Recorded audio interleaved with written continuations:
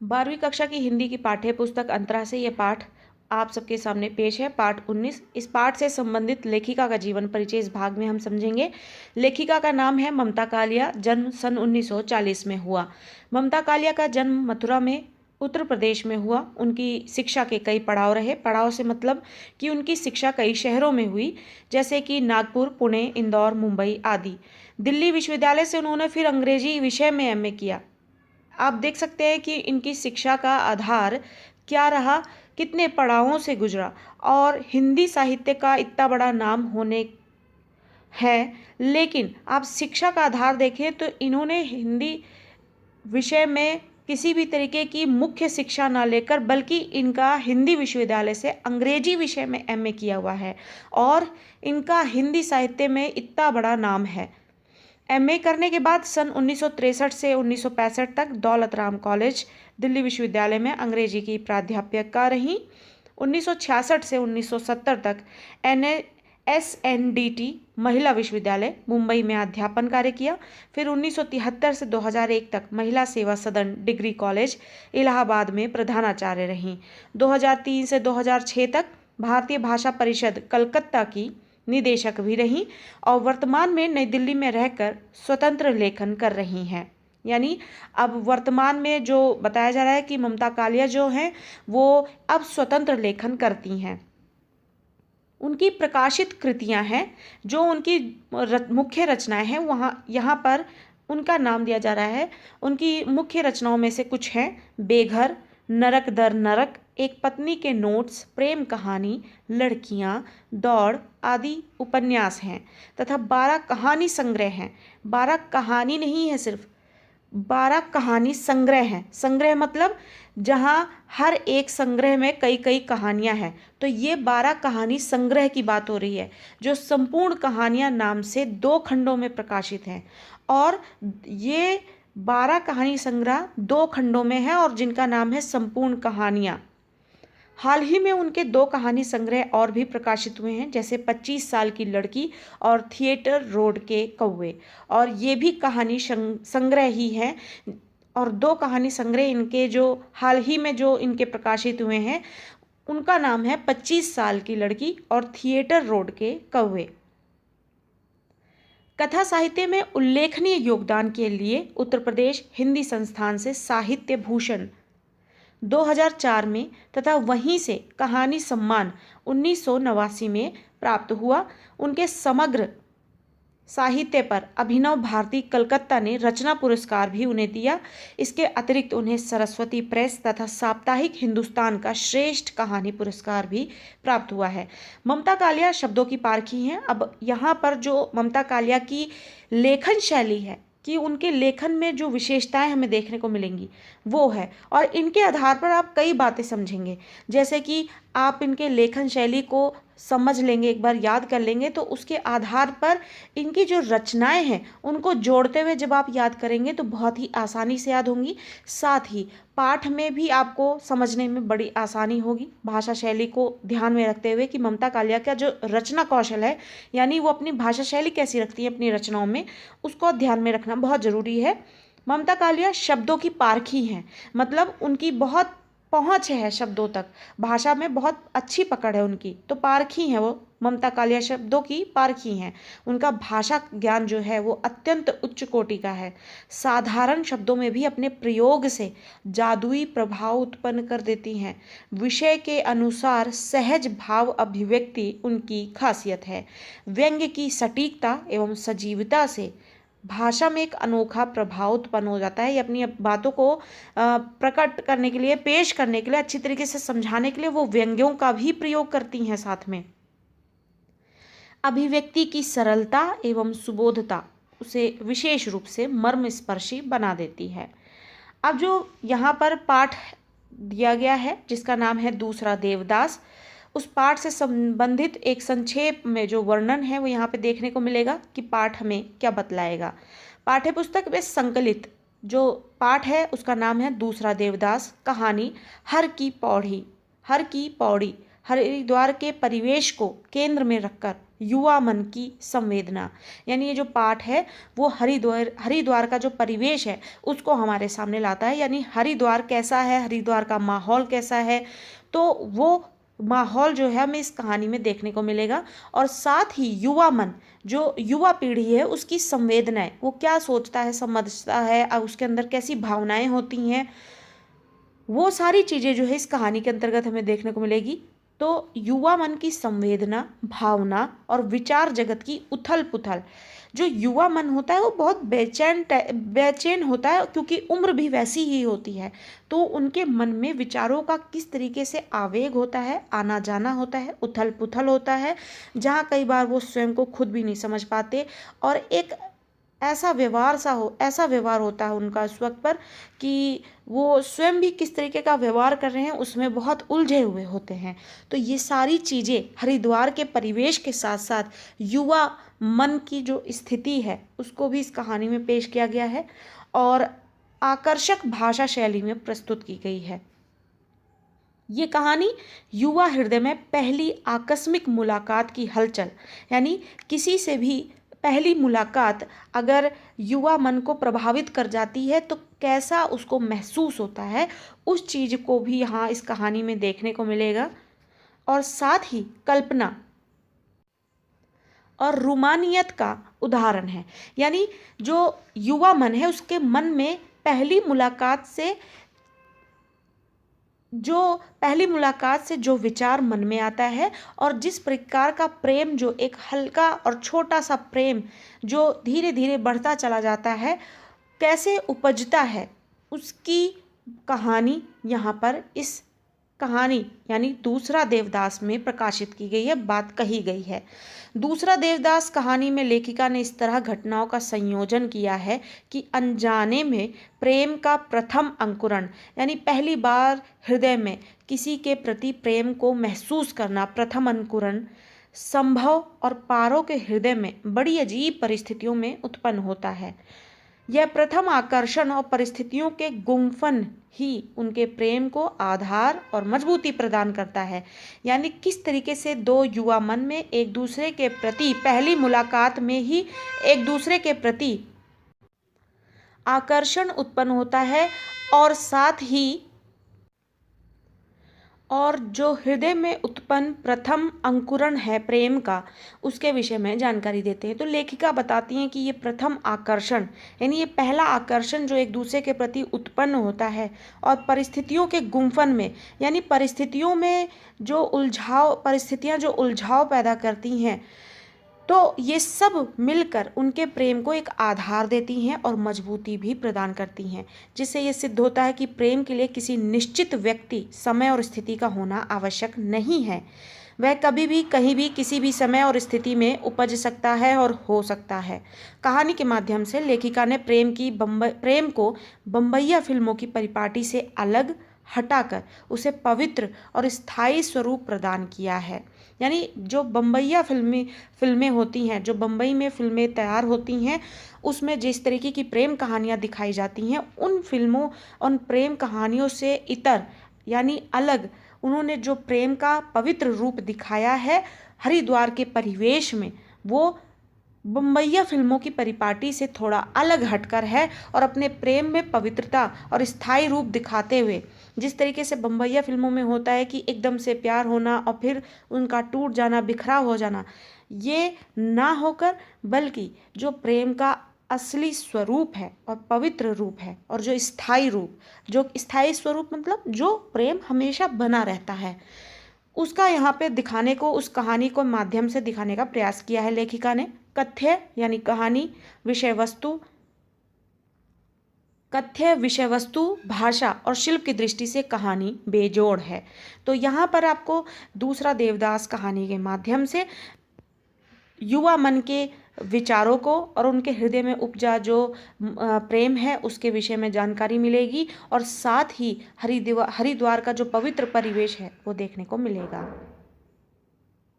पाठ के अंतर्गत लेखिका द्वारा हरिद्वार का जो एक पवित्र परिवेश है वो सामने लाया गया है और साथ ही युवा मन में और हृदय में किस तरीके की बातें हैं या पहली मुलाकात से जो प्रभाव पड़ते हैं, उन सब चीज़ों को यहाँ पर इस पाठ में दिखाया जाएगा। पाठ का नाम है दूसरा देवदास। शुरू करते हैं। हर की पौड़ी पर सांझ कुछ अलग रंग में उतरती है। यहाँ पर प्रकृति का वर्णन प्रस्तुत करते हुए पाठ की शुरुआत करती हैं लेखिका और कहती है कि हरिद्वार में जो सांझ है यानी जो शाम का वक्त है वो कुछ अलग ही रंग में उतरती है। अलग रंग में उतरने का मतलब ये कि गंगा किनारे जब शाम का समय हरिद्वार में होता है तो वहाँ दिया बाती होती है, यानी गंगा मैया की जो है आरती की जाती है वहाँ पर। तो वहाँ पर जो सांझ होती है वो एक अलग ही रंग लिए हुए साथ में आती है।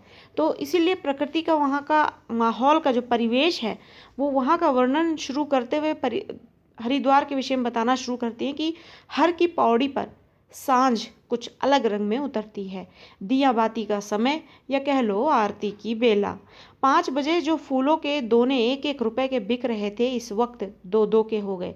यानी आरती से पहले फूल के जो दोने हैं वो 1-1 रुपए में बिकते हैं, लेकिन जब आरती का वक्त आ जाता है तो वही दोने जो है वो 2 रुपए में किस तरीके से बिकने लगते हैं। वहाँ का परिवेश इस बात को दिखाता है। भक्तों को इससे कोई शिकायत नहीं है और इस तरीके से आरती के समय पे किस तरीके से एक फूल का दोना जो है वो 1 रुपए से 2 रुपए का हो जाता है, इस चीज़ से वहाँ के भक्तों को किसी भी तरीके की आपत्ति नहीं है।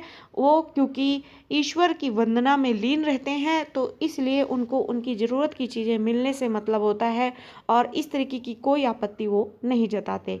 तो भक्तों को इससे कोई शिकायत नहीं। इतनी बड़ी बड़ी मनोकामना लेकर आए हुए हैं, 1-2 रुपए का मुँह थोड़ी देखना है। गंगा सभा के स्वयं सेवक खाकी वर्दी की में मुस्तैदी से घूम रहे हैं। वे सबको सीढ़ियों पर बैठने की प्रार्थना कर रहे हैं। शांत होकर बैठिए, आरती शुरू होने वाली है। कुछ भक्तों ने स्पेशल आरती बोल रखी है। स्पेशल आरती यानी 101 या 151 रुपये वाली। गंगा तट पर हर छोटे बड़े मंदिर पर लिखा है गंगा जी का प्राचीन मंदिर। पंडितगण आरती के इंतजाम में व्यस्त हैं। पीतल की नीलांजनी में सहस्र बत्तियां घी में भिगोकर रखी हुई हैं, यानी जिसमें वो दिए जलाते हैं। जिस तरीके से घर में छोटे दिए होते हैं वो दिए जो हैं गंगा जी की आरती के वक्त नहीं, बल्कि बड़े बड़े जो आपने फिल्मों में आप देखेंगे कि बड़ी बड़ी आरती की जो दिए होते हैं उसमें कई दिए जल रहे होते हैं एक साथ, तो वो पीतल की होती हैं। और पीतल की नीलांजनी में सहस्र यानी कई बत्तियां, जो सहस्र जो है कम से कम 100 के आसपास जो है, हजारों जो बत्तियां हैं वो घी में भिगो कर रखी हुई हैं। सब ने देशी घी के डब्बे अपनी ईमानदारी के प्रतीक स्वरूप सजा रखे हैं। गंगा की मूर्ति के साथ साथ चामुंडा, बालकृष्ण, राधा कृष्ण, हनुमान, सीताराम की मूर्तियों की श्रृंगारपूर्ण स्थापना है। जो भी आपका आराध्य हो चुन लें। आरती से पहले स्नान। हर हर बहता गंगा जल, निर्मल, नीला और निष्पाप। यानी अब यहाँ पर जो गंगा मैया है उनका जो जल है उसका वर्णन प्रस्तुत कर रहे हैं और लेखिका कह रही है कि आरती से पहले स्नान होता है। वो आरती से पहले और पूजा पाठ से पहले हर कोई जानता है कितना ज़रूरी है। तो आरती से पहले का स्नान और फिर हर हर बहता गंगा जल, और फिर वो गंगा जल कितना निर्मल है, कितना नीला है और कितना निष्पाप। औरतें डुबकी लगा रही हैं, बस उन्होंने तट पर लगे कुंडों से बंधी जंजीरें पकड़ रखी हैं। पास ही कोई ना कोई पंडा जजमानों के कपड़े लत्तों की सुरक्षा कर रहा है। हर एक के पास चंदन और सिंदूर की कटोरी है। मर्दों के माथे पर चंदन तिलक और औरतों के माथे पर सिंदूर का टीका लगा देते हैं पंडे। कहीं कोई दादी बाबा पहला पोता होने की खुशी में आरती करवा रहे हैं और कहीं कोई नई बहू आने की खुशी में। अभी पूरा अंधेरा नहीं घिरा है, गोधुली बेला है। यानी गोधुली बेला मतलब जहाँ शाम जो है हो रही है और अभी थोड़ा उजाला भी है, तो गोधुली बेला की बात है। और यहाँ पर लेखिका बता रही है कि किस तरीके से वहाँ पर किस किस खुशी को जाहिर करने के लिए लोग गंगा मैया की आरती में शामिल हैं और किस वजह से, किन किन वजहों से वहाँ पर लोग जो हैं आरती करवाते हैं। तो उनमें से जैसे कुछ दादा दादी होते हैं जो पोता होने की खुशी में आरती करवाते हैं, कोई जो है घर में नई बहू आती है उस खुशी में, या फिर अन्य और भी कई कारण जो लोगों को खुशियाँ देते हैं या उनकी मान्यताओं को पूरा करते हैं, उस खुशी में आकर वो आरती करवाते हैं। यकाएक एकदम से सहस्र दीप जल उठते हैं। पंडित अपने आसन से उठ खड़े होते हैं, हाथ में अंगोछा लपेट के पंचमंजिली यानी वो जो दियों, जो बड़ा दिया होता है जो कि 5 मंजिल का होता है, पंचमंजिली नीलांजलि पकड़ते हैं और उसको नीलांजलि बोलते हैं, और 5 मंजिलों का वो होता है, और उसमें का प्रत्येक दिया जो है वो जगमगा उठता है और शुरू हो जाती है आरती। तो ये हरिद्वार का परिवेश है जो लेखिका यहाँ पर पेश कर रही हैं, और शाम का समय जो कि वहाँ का सबसे विशेष समय होता है, क्योंकि गंगा जी की आरती होती है, और वही समय जो है गंगा के परिवेश को और भी ज़्यादा निर्मल बनाती है और साथ ही कितना पवित्र बनाती है। वो वक्त जो है यहाँ पर, वो परिवेश यहाँ पर लेखिका ने पेश किया है। अब पंडित लोग किस तरीके से आरती शुरू करते हैं, हाथ में अंगोछा लपेटते हैं और पंचमंजिली नीलांजलि को पकड़ते हैं और शुरू हो जाती है आरती। पहले पुजारियों के भर्राए गले से समवेत स्वर उठता है, जय गंगे माता, जो कोई तुझको ध्याता सारे सुख पाता, जय गंगे माता। घंटे घड़ियाल बजते हैं, मनोतियों के दिए लिए हुए फूलों की छोटी छोटी किश्तियाँ गंगा की लहरों पर इठलाती हुई आगे बढ़ती हैं। गोताखोर दोने पकड़कर उनमें रखा चढ़ावे का पैसा उठाकर मुंह में दबा लेते हैं। एक औरत ने 21 दोने तैराए हैं। गंगा पुत्र जैसे ही एक दोने से पैसा उठाता है, औरत अगला दोना सरका देती है। गंगा पुत्र उस पर लपकता है कि पहले दोने की दीपक से उसके लंगोट में आग की लपट लग जाती है। पास खड़े लोग हंसने लगते हैं, पर गंगा पुत्र हतप्रभ नहीं होता। वह झट गंगा जी में बैठ जाता है। गंगा मैया ही उसकी जीविका और जीवन है, यानी जो वहाँ के गोताखोर हैं, और शाम की आरती के वक्त पर दोनों में फूल और दिए के साथ जो चढ़ावा चढ़ता है, गोताखोर उन्हीं पैसों को इकट्ठा करते हैं और वही उनकी जीविका का साधन होता है। इसके रहते हुए 20 चक्कर मुंह भर भर रेजगारी मतलब जो सिक्के होते हैं और खुले होते हैं उनको रेजगारी बोला जाता है, भर भर रेजगारी बटोरता है। उसकी बीवी और बहन कुशा घाट पर रेजगारी बेचकर नोट कमाती हैं, 1 रुपए के 25 पैसे। और इस तरीके से गोताखोर जो हैं पैसे इकट्ठे करते हैं और उनके घर की जो औरतें हैं, यानी बीवी और बहन, कुशा घाट पर रेजगारियों को बेचते हैं। यानी वहाँ पर चढ़ावे के लिए, पूजा पाठ के लिए लोगों को खुले पैसों की बहुत ज़रूरत पड़ती है, जिसके लिए वो वहाँ पर 25 पैसे में उन पैसों को खुले करके देते हैं। कभी कभी 80 भी देती हैं, जैसा दिन हो।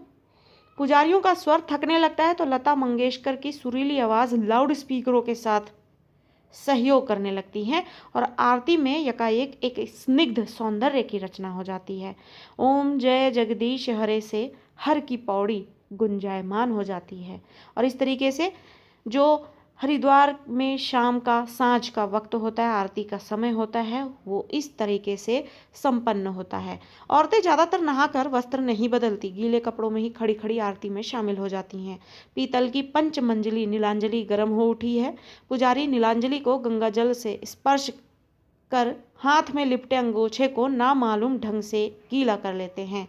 दूसरे यह दृश्य देखने पर मालूम होता है वे अपना संबोधन गंगा जी के गर्भ तक पहुंचा रहे हैं। पानी पर सहस्र बाती वाले दीपकों की प्रतिछवियां झिलमिला रही हैं। अब एक और ऐसा परिवेश साथ में जो कि एक अनूठा जो प्रतिबिंब पेश कर रहा है, जिसमें लेखिका बताती हैं कि जब पंडित जो हैं पंचमंजिली से आरती कर रहे होते गंगा मैया की, तो हाथ में लिपटा जो अंगोछा है, ना जाने वो कौन सा तरीके से उसको गीला कर लेते हैं आरती करते करते, जिसको पता लगाना मुश्किल है। इसी के लिए कह रही हैं कि नामालूम ढंग से वो गीला कर लेते हैं। और दूसरा दृश्य ये है, जैसे लगता है कि वो अपनी इस आरती करने की प्रक्रिया से गंगा जी को संबोधन कर रहे हैं और उन तक ये बात पहुंचा रहे हैं। पानी पर जब वो सहस्र बाती वाले जो दीपकों की प्रतिछवियां झिलमिला रही हैं और वहीं पंचमंजिला जो दिए जल रहे होते हैं, उनकी जब छवि रोशनी पाकर गंगा मैया में अपना प्रतिबिंब सामने ला रही होती हैं, तो वो एक और अद्भुत नज़ारा होता है। तो वो प्रतिछवियां जो है वो साथ में पानी के झिलमिलाती हुई दिखती हैं। पूरे वातावरण में अगरू चंदन की दिव्य सुगंध है।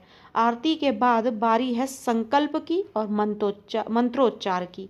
यानी अब आरती हो जाती है तो उसके बाद संकल्प और मंत्रों का उच्चारण जो है उसकी बारी आती है। भक्त आरती लेते हैं, चढ़ावा चढ़ाते हैं। स्पेशल भक्तों से पुजारी ब्राह्मण भोज, दान, मिष्ठान की धनराशि कबूलवाते हैं।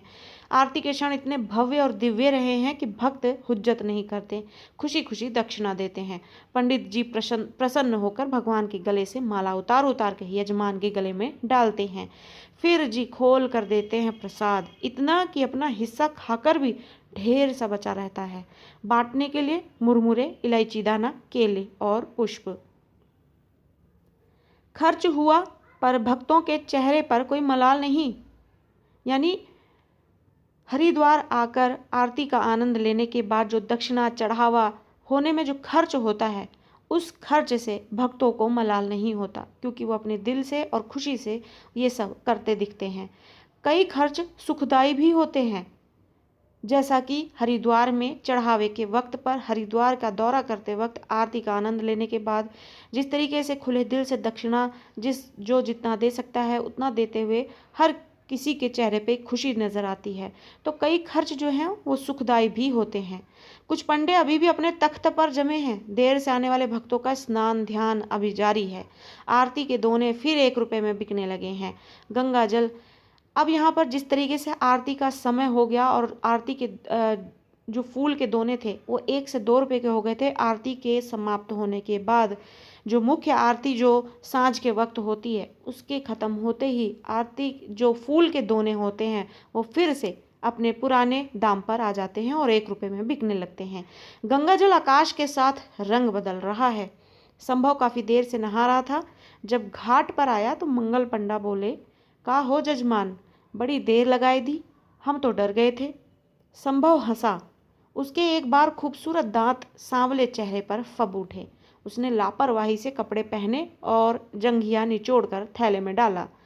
जब वह कुर्ते से पहुंचकर चश्मा लगा रहा था, पंडे ने उसके माथे पर चंदन तिलक लगाने को हाथ बढ़ाया। उसने चेहरा हटा लिया तो मंगल पंडा ने कहा, चंदन तिलक के बगैर स्नान अधूरा होता है बेटा। संभव ने चुपचाप तिलक लगवा लिया। वह वापस सीढ़ियाँ चढ़ ही रहा था कि पौड़ी पर बने एक छोटे से मंदिर के पुजारी ने आवाज़ लगाई, अरे दर्शन तो करते जाओ। संभव ठिठक गया। उसकी इन चीज़ों से नियमित आस्था तो नहीं थी, पर नानी ने कहा था कि मंदिर में 20 आने चढ़ा कर आना। यहाँ पर संभव की बात हो रही है। तो एक चरित्र है जिसका यहाँ पर वर्णन करना शुरू किया है लेखिका ने, जिसका नाम है संभव, जो नियम कानूनों को, जो कि हरिद्वार में आने के बाद किस तरीके से स्नान करके आरती पूजा पाठ और चढ़ावा होता है वो नहीं जानता, लेकिन क्योंकि घर से नानी ने ये कह के भेजा था कि मंदिर में 20 आना चढ़ा देना, तो संभव जो है वो नहा कर निकलता है। एक पंडा जो है वो आवाज़ लगाता है चंदन लगाने को, और फिर एक पंडित जो हैं वो आवाज़ लगाते हैं कि दर्शन तो करके जाओ। और इस तरीके से नानी की बात तो मानकर वो हरिद्वार में दर्शन के लिए आ जाते हैं, चढ़ावे के लिए आ जाते हैं, लेकिन उन चीज़ों की जानकारी उन्हें भली प्रकार से नहीं है। संभव ने कुर्ते की जेब में हाथ डाला। 1 रुपये का नोट तो मिल गया। चवन्नी के लिए उसे कुछ प्रयत्न करना पड़ा। चवन्नी जेब में नहीं थी। संभव ने थैला को खखोरा मतलब कि थैले की जांच पड़ताल की कि उसमें उसको वो चवन्नी मिल जाए। पुजारी ने उसकी परेशानी को ताड़ लिया। पुजारी ने उसकी परेशानी को ये ताड़ लिया कि जो नोट उसके पास है वो उसको ना चढ़ा के बल्कि और सिक्के या फिर चवन्नी जो है वो उन्हें चढ़ाना चाहता है। इधर आओ, हम दे रेजगारी। तो पंडित जो हैं वो उनको बुला के कहते हैं कि तुम इधर आओ, हम तुमको रेजगारी देते हैं। रेजगारी मतलब खुले पैसे सिक्के के रूप में। संभव ने झेपते हुए 1 का नोट जेब में रखकर 2 का नोट निकाला। संभव ने भी जब रेजगारी की बात सुनी तो उसने 1 का नोट रखकर 2 के नोट को निकाला ताकि 2 के नोट की रेजगारी ले सके। पुजारी जी ने चरणामृत दिया और लाल रंग का कलावा बांधने के लिए हाथ बढ़ाया। संभव का ध्यान कलावे की तरफ नहीं था, वह गंगा जी की छटा निहार रहा था। तभी एक और दुबली नाजुक सी कलाई पुजारी जी की तरफ बढ़ाई। पुजारी ने उस पर कलावा बांध दिया। उस हाथ ने थाली में 5.25 रुपये रखे। लड़की अब बिल्कुल बराबर में खड़ी आंख मूंद कर अर्चन कर रही थी। संभव ने एकाएक मुड़कर उसकी ओर गौर किया। उसके कपड़े एकदम भीगे हुए थे, यहाँ तक कि उसके गुलाबी आंचल से संभव के कुर्ते का एक कोना भी गीला हो रहा था। लड़की के लंबे गीले बाल पीठ पर काले चमकीले शॉल की तरह लग रहे थे। दीपकों के नीम उजाले में, आकाश और जल की सांवली संधि बेला में लड़की बेहद ही सौम्य, लगभग कांस्य प्रतिमा लग रही थी। लड़की ने कहा, पंडित जी आज तो आरती हो चुकी, क्या करें, हमें देर हो गई। पुजारी ने उत्साह से कहा, इससे क्या, हम हियाँ कराए दें। क्या कराना है संकल्प, कल्याण मंत्र, आरती, जो कहो। नहीं, हम कल आरती की बेला आएंगे, लड़की ने कहा। संभव इंतजार में खड़ा था कि पुजारी उसे 75 पैसे लौटाए, लेकिन पुजारी भूल चुका था। जाने कैसे पुजारी ने लड़की के हम को युगल अर्थ में लिया कि उसके मुंह से अनायास आशीष निकली, सुखी रहो, फूलो फलो, जब भी आओ साथ ही आना, गंगा मैया मनोरथ पूरी करें। यानी संभव और उसी के साथ खड़ी जिस लड़की का वर्णन यहाँ लेखिका ने पेश किया है, पंडित ने गलतफहमी का शिकार होते हुए उन दोनों को जोड़ा समझ लिया और उनके मुंह से अनायास ही निकल आया और उन्होंने उनको एक युगल समझ लिया, यानी एक जोड़ा समझ लिया। तो इसलिए लड़की ने, क्योंकि हम शब्द का प्रयोग किया बातों में, तो हम शब्द के अर्थ में उन्होंने युगल अर्थ लिया, यानी उन दोनों को एक जोड़ा समझा और उनके मुंह से अनायास ही आशीष निकल गया, आशीर्वाद निकल गया कि सुखी रहो, फूलो फलो, और जब भी आओ साथ ही आना, गंगा मैया मनोरथ तुम्हारी पूरी करे। लड़की और लड़का दोनों अकबका गए। अकबका गए मतलब हैरान हो गए। लड़की छिटक कर दूर खड़ी हो गई। लड़के को तुरंत वहां से चल पड़ने की जल्दी हो गई। शायद उनकी चप्पलें एक ही रखवाले के यहाँ रखी हुई थी। टोकन देकर चप्पलें लेते समय दोनों की निगाहें एक बार फिर टकरा गईं। आंखों का चकाचौंध अभी मिटा नहीं था। यानी पहली मुलाकात पंडित जी के सामने हुई और दोबारा फिर से जूते चप्पलों को लेने में हुई। तो यहाँ पर युवा मन का जो दिमाग है और जो हृदय है वो किस तरीके से पहली मुलाकात में प्रफुल्लित हो उठता है, या फिर जो ये आयु है उस आयु में कैसे एक युवा मन जो है उसको प्रत्येक हर उस चीज़ से प्रभाव पड़ता है जो उसे पहली नज़र में भा जाता है। संभव आगे बढ़कर कहना चाहता था, देखिए इसमें मेरी कोई गलती नहीं थी। यानी संभव आगे बढ़कर उस लड़की से इस चीज़ के लिए ये बातें बोलना चाहता था जो पंडित ने उन दोनों को एक जोड़ा समझकर उन्हें आशीर्वाद देना चाहा। तो संभव इस बात को साफ करना चाहता है कि इसमें मेरी कोई गलती नहीं थी। पुजारी ने गलत अर्थ ले लिया। लड़की कहना चाहती थी, आपको इतना पास नहीं खड़ा होना चाहिए था, पर लड़की ने अपना होंठ दांतों में दबाकर छोड़ दिया। लड़की लड़के से यानी संभव से कहना चाहती थी कि आपको इतना पास नहीं खड़ा होना चाहिए था कि जिससे गलतफहमियां हों, लेकिन लड़की ने अपनी बातों को बोला नहीं और होंठों को दांतों में दबाकर छोड़ दिया। भूल तो उसी की थी, बाद में तो वही आई थी। अंधेरे से घबराकर कहाँ कितनी पास खड़ी हुई उसे कुछ खबर नहीं थी, लेकिन बातचीत के लायक दोनों की मनस्थिति नहीं थी, पहचान भी नहीं थी। दोनों ने नजरें बचाते हुए चप्पलें पहनी। लड़की घबराहट में ठीक से चप्पल भी नहीं पहन पाई, थोड़ी सी अंगूठे से टकरा अटका कर ही आगे बढ़ गई। संभव ने आगे लपक कर देखना चाहा कि लड़की किस तरफ गई। वह घाट की भीड़ को काटता हुआ सब्जी मंडी पहुंच गया। हर की पौड़ी और सब्जी मंडी के बीच अनेक घुमावदार गलियां थीं। लड़का देख नहीं पाया, लड़की कहाँ ओझल हो गई। अब आप देख सकते हैं कि यहाँ पर हरिद्वार के परिवेश को साथ में बताते हुए किस तरीके से युवा मन की जो स्थिति है, किस तरीके से पहली मुलाकात एक अनजान व्यक्ति से होने के बावजूद भी उसके दिमाग में कई तरह की बातें आती हैं और अनायास ही वो सभी काम करने का मन करता है उसका, जो वो नहीं भी करना चाहता है। जैसे कि उन्होंने बताया कि लड़की किस तरीके से सब्जी मंडी की तरफ निकलती है, जो कि कई घुमावदार गलियों में होता है। तो ये सब परिवेश है। नानी का घर करीब आ गया। संभव की बात हो रही है यहाँ पर कि वो नानी के घर के करीब आ गया, लेकिन लड़का घर नहीं गया। वह वापस अनदेखी गलियों में चक्कर लगाता रहा। उसने चूड़ी की समस्त दुकानों पर नज़र दौड़ाई, क्योंकि उसने सोचा कि लड़की है और शौक श्रृंगार की चीज़ें ले सकती है, और उसको लेने के लिए मंदिर के आसपास जितनी भी दुकानें होंगी शायद ही चूड़ी की दुकानों के आसपास कहीं खड़ी होगी, और इसलिए वो नज़र वहाँ दौड़ाने लगा। हर दुकान पर भीड़ थी, पर एक भीगी गुलाबी आकृति नहीं थी। आखिर भटकते भटकते संभव हार गया। पस्त कदमों से वह घर की ओर मुड़ा। नानी ने द्वार खोलते हुए कहा, कहाँ रह गए थे लल्ला? मैं तो जी में बड़ा काँप रही थी। तुझे तो तैरना भी ना आवे, कहीं पैर फिसल जाता तो मैं तेरी माँ को कौन मुँह दिखाती। तो यहाँ पर नानी जो है संभव के लिए घबरा जाती हैं, क्योंकि आने में देर हो जाती है और उन्हें ऐसा लगता है कि कहीं गंगा मैया में स्नान करते वक्त उसका पैर ना फिसल गया हो और उसे तैरना भी नहीं आता। और इस तरीके की कई बातें सोचते हुए वो संभव के लिए घबराती हैं। संभव कुछ नहीं बोला, थैला तख्त पर पटका और पैर धोने नल के पास चला गया। नानी बोली, ब्यालू कर ले। संभव फिर भी नहीं बोला। नानी की आदत थी एक बात को कई बार कहती। संभव तख्त पर लेट गया, क्योंकि संभव के मन मस्तिष्क में उस पहली मुलाकात में अनजान लड़की से जो मुलाकात हुई है उसके विषय में कई विचार आ रहे थे। इसलिए भीड़ बहुत बढ़ गई है। संभव तख्त पर लेट गया। नानी ने कहा, थक गया ना? अरे तुझे मेले ठेले में चलने की आदत थोड़ी ही है। कल बैसाखी है, इसलिए भीड़ बहुत बढ़ गई है। अभी तो कल देखना, तिल धरने की जगह नहीं मिलेगी पौड़ी पर। तिल धरने की जगह से मतलब इतनी भीड़ होना कि किसी भी व्यक्ति का जाना उसमें मुश्किल हो जाए। तो इसके लिए तिल धरने की जगह नहीं मिलेगी पौड़ी पर। चल उठ, खाएबे को खा ले। यानी खाना खाने के लिए अब नानी संभव को कहती हैं। मुझे भूख नहीं है, संभव ने कहा और करवट बदल ली। अरे क्या हो गया? स्नान के बाद भी भूख न चमकी?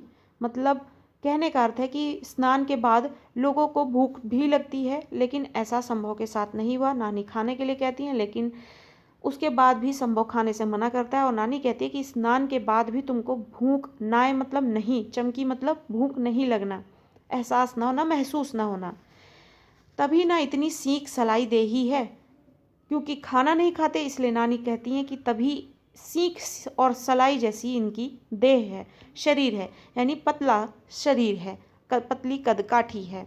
मैंने सबिता से पहले ही कही थी, इसे अकेले ना भेज, यहाँ जी ना लगे इसका। नानी पास खड़े खटोले पर अधलेटी हो गई। उम्र के साथ साथ नानी की काया इतनी संक्षिप्त हो गई थी कि वे फैल पसर कर सोती तो भी उनके लिए खटोला पर्याप्त था, पर उन्हें सिकुड़कर गठरी बनकर सोने की आदत थी। गंगा को छूकर आती हवा से आंगन काफ़ी शीतल था।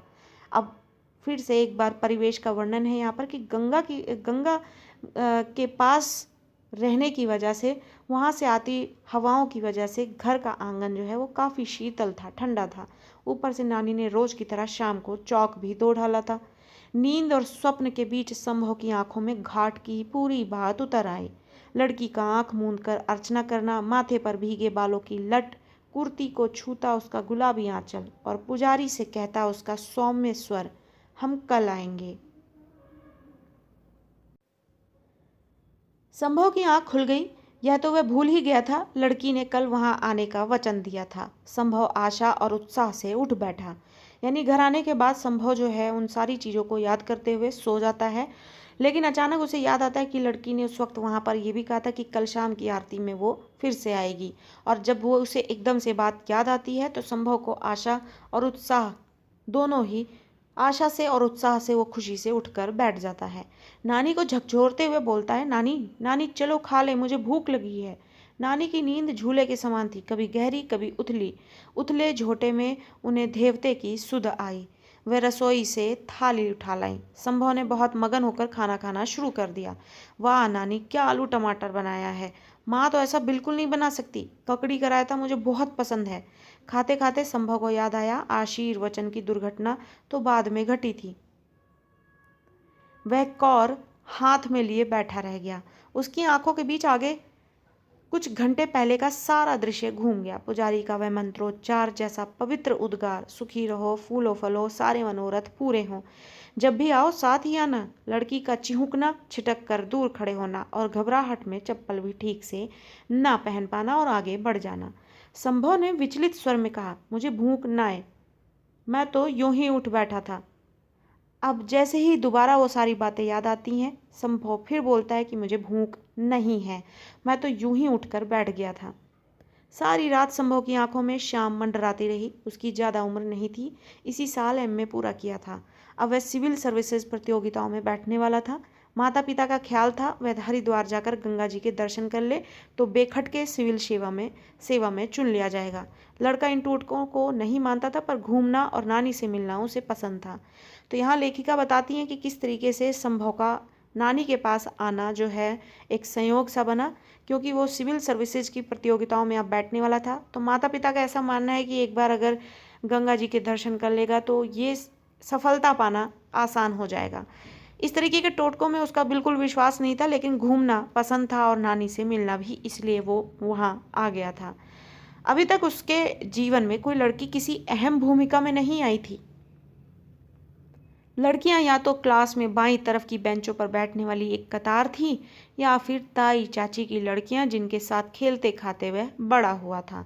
इस तरह बिल्कुल अकेली अनजान जगह पर एक अनाम लड़की का सद्य स्नात दशा में सामने आ रहा, पुजारी का गलत समझना, आशीर्वाद देना, लड़की का घबराना और चल देना, सब मिलाकर एक नई निराली अनुभूति थी, जिसमें उसे कुछ सुख और ज़्यादा बेचैनी लग रही थी। उसने मनी मन तय किया कि कल शाम को 5 बजे से ही वह घाट पर जाकर बैठ जाएगा। पौड़ी पर इस तरह बैठेगा कि कल वाले पुजारी के दिवाले पर सीधी आंख पड़े। उसने तो लड़की का नाम भी नहीं पूछा। वैसे वह हरिद्वार की नहीं लगती थी। कैसी लगती थी? संभव ने याद करने की कोशिश की। उसे सिर्फ उसकी दुबली पतली काया, गुलाबी साड़ी और भीगी भीगी श्याम सलोनी आंखें दिखी। उसे अफसोस था वह उसे ठीक से देख भी नहीं पाया, पर यह तय था कि वह उसे हजारों की भीड़ में भी पहचान लेगा। अभी चिड़ियों ने आंगन में लगे अमरूद के पेड़ पर चहचहाना शुरू ही किया था कि नानी ने आवाज दी, लल्ला चलेगा गंगा जी, आज बैसाखी है। संभव को लगा वह रात भर सोया नहीं है। नानी की मौजूदगी में उसे जैसे संकोच हो रहा था। उसने कहा, तुम मेरे भी नाम की डुबकी लगा लेना नानी, मैं तो अभी सोऊंगा। नानी द्वार उड़का कर चली गई तो लड़के ने अपनी कल्पना को निर्द्वंद छोड़ दिया। आज जब वह सलोनी उसे देखेगी तो वह उसके पास जाकर कहेगा, पुजारी जी की नादानी का मुझे बेहद अफसोस है। यकीन मानिए पंडित जी मेरे लिए उतने ही अनजान हैं जितने आपके लिए।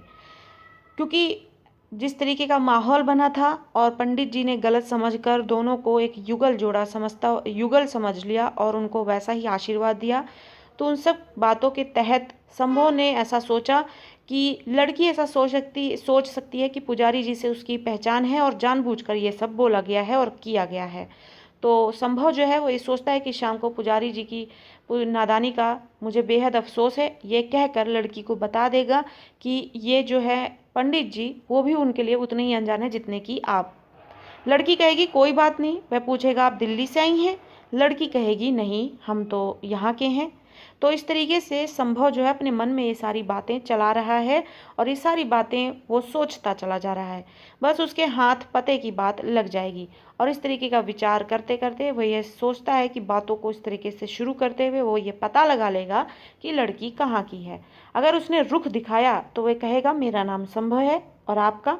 यानी लड़की को देखकर और बात करने के तरीकों को देखकर जब वो समझ जाएगा कि लड़की जो है किसी भी तरीके का बुरा नहीं मान रही है, तो वो बातों को आगे बढ़ाते हुए अपना नाम बताएगा और साथ ही लड़की का नाम भी पता कर लेगा।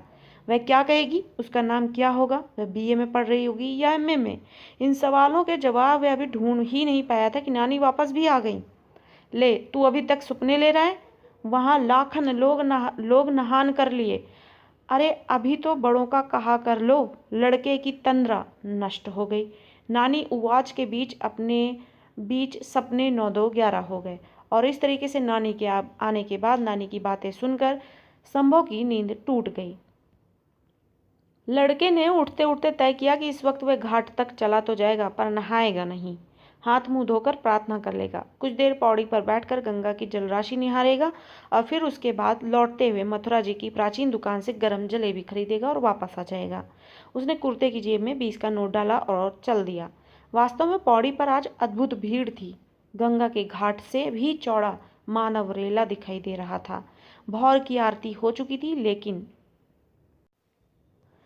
सुबह के वक्त की आरती हो चुकी थी, लेकिन भजन जोर शोर से चल रहे थे। नारियल, फूल और प्रसाद की घनघोर बिक्री थी। भीड़ लड़के ने दिल्ली में भी देखी थी, बल्कि रोज देखता था। दफ्तर जाती भीड़, खरीद फरोख्त करती भीड़, तमाशा देखती भीड़, सड़क क्रॉस करती भीड़। लेकिन इस भीड़ का अंदाज निराला ही था। इस भीड़ में एक सूत्रता थी। ना यहाँ जाति का महत्व था, ना भाषा का महत्व, उद्देश्य का था और वह सबका समान था। उद्देश्य कैसा?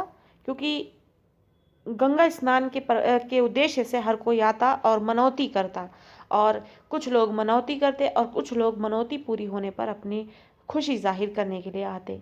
तो सबका जो है एक ही उद्देश्य था, एक ही समान था, किसी भी तरीके का भेदभाव नहीं था। जीवन के प्रति कल्याण की कामना। इस भीड़ में दौड़ नहीं थी, अतिक्रमण नहीं था, और भी अनोखी बात यह थी कि कोई भी स्नानार्थी किसी सैलानी आनंद में डुबकी नहीं लगा रहा था, बल्कि स्नान से ज्यादा समय ध्यान ले रहा था। दूर जलधारा के बीच एक आदमी सूर्य की ओर उन्मुख हाथ जोड़े खड़ा था। उसके चेहरे पर इतना विभोर था, विनीत भाव था, मानो उसने अपना सारा अहम ही त्याग दिया हो। उसके अंदर स्व से जनित कोई कुंठा शेष नहीं। स्व से जनित यानी आदमी जिस तरीके का आज के ज़माने में स्वार्थी दिखता है, वो व्यक्ति जो बीचों बीच धाराओं के बीच खड़ा होकर सूर्य को जल अर्पित कर रहा है, उसके चेहरे पर जो तेज दिख रहा है, ऐसा देखने में लग रहा है कि उसने अपने आप में जो व्याप्त स्व है, यानी सिर्फ अपने पर ध्यान देना, मैं पर ध्यान देना और अहंकार से लिप्त होना, वो सारी चीज़ें ऐसा लगता है उसके पास है ही नहीं। वो कुंठा है ही नहीं, बुराई है ही नहीं। वह शुद्ध रूप से चेतन स्वरूप आत्मा राम और निर्मलानंद है, यानी निर्मल है, आत्मा शुद्ध है और चेतन भी उसका जगह वो और चेतन भी है। एक छोटे से लड़के ने लगभग हंसते हुए उसका ध्यान भंग किया। भैया आप नहीं नहाएंगे?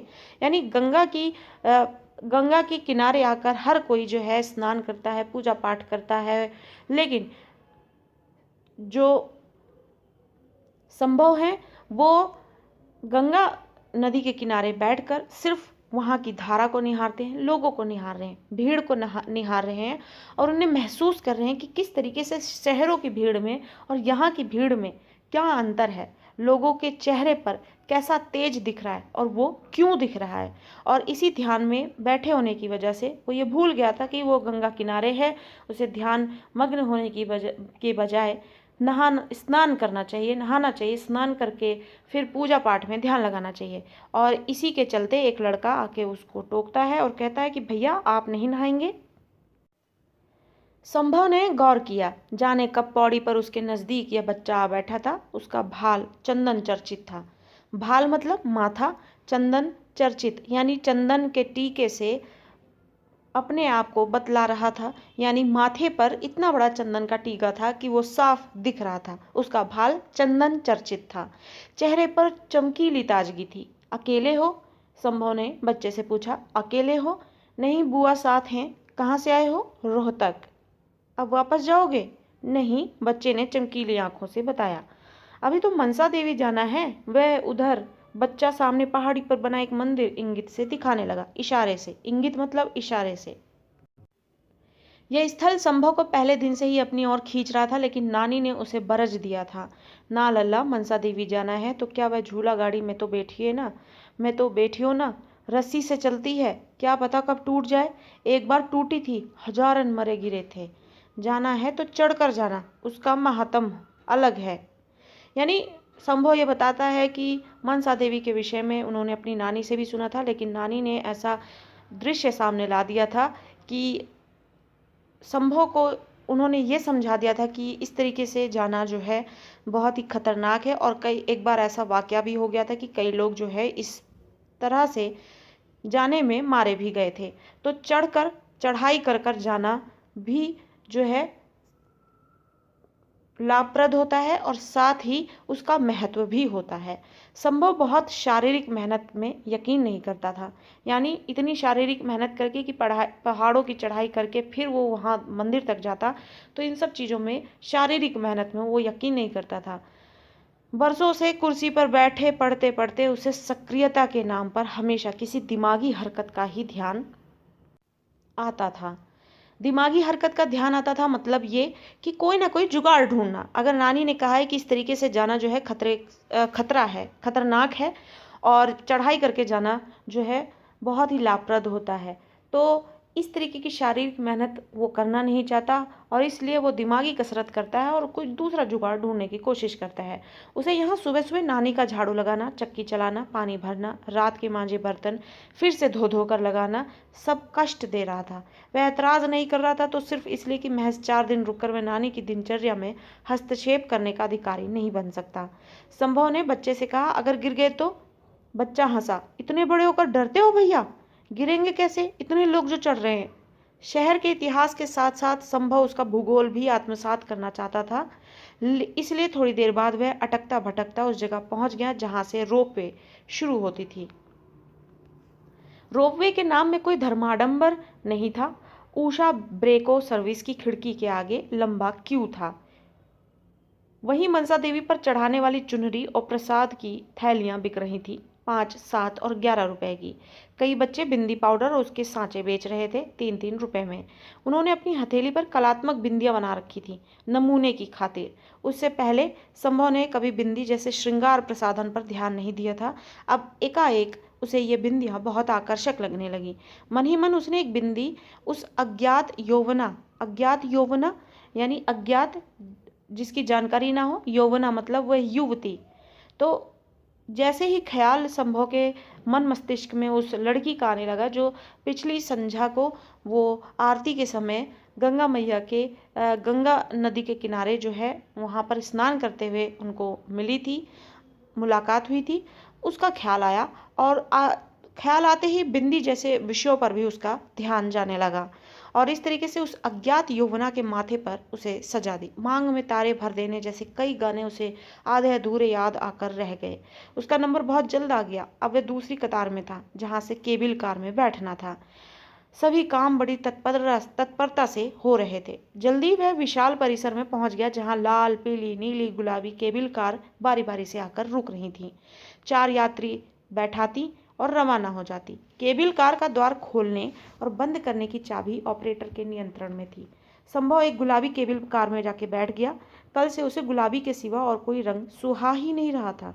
उसके सामने की सीट पर एक नवविवाहित दंपति चढ़ावे की बड़ी थैली और एक वृद्ध चढ़ावे की छोटी थैली लिए बैठे थे। संभव को अफसोस हुआ कि वह चढ़ावा खरीद कर नहीं लाया। यानी जैसे ही जब संभव यात्रा पर आगे बढ़ने लगा और सबके हाथ में चढ़ावा देखता है तो वो अब उसको इस चीज़ का अफसोस होता है कि वो मंदिर जा रहा है लेकिन उसने चढ़ावा नहीं लिया।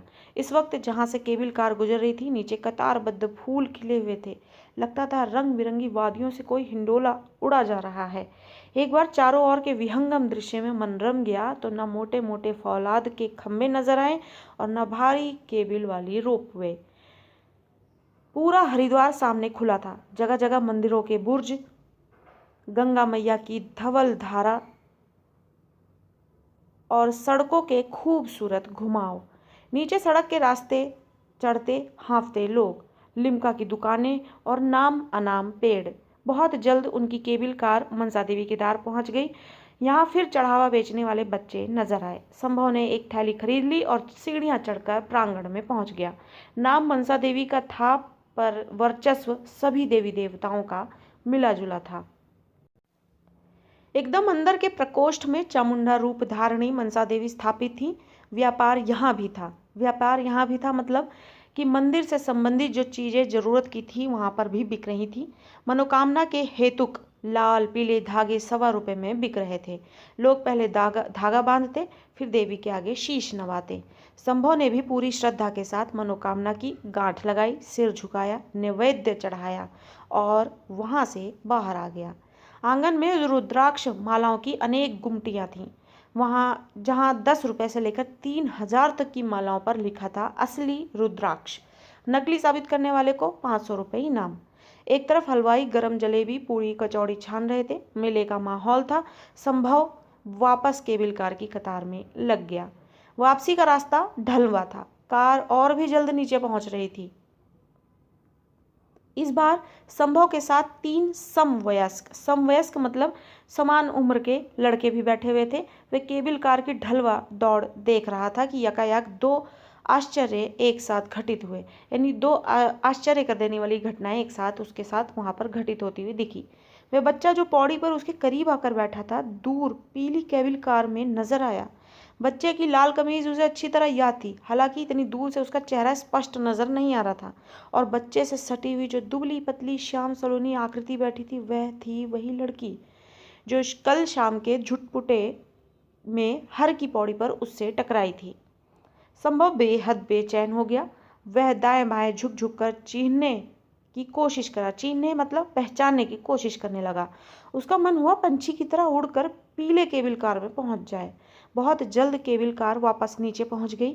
संभव ने आगे आगे जाते बच्चे को लपक कर कंधे से थाम लिया और बोला, कहो दोस्त। बच्चे ने अचका कर उसकी ओर देखा। अरे भैया, रुक कर बोला, हमने सोचा जब हमारा दोस्त नहीं डरता तो हो जाए एक ट्रिप।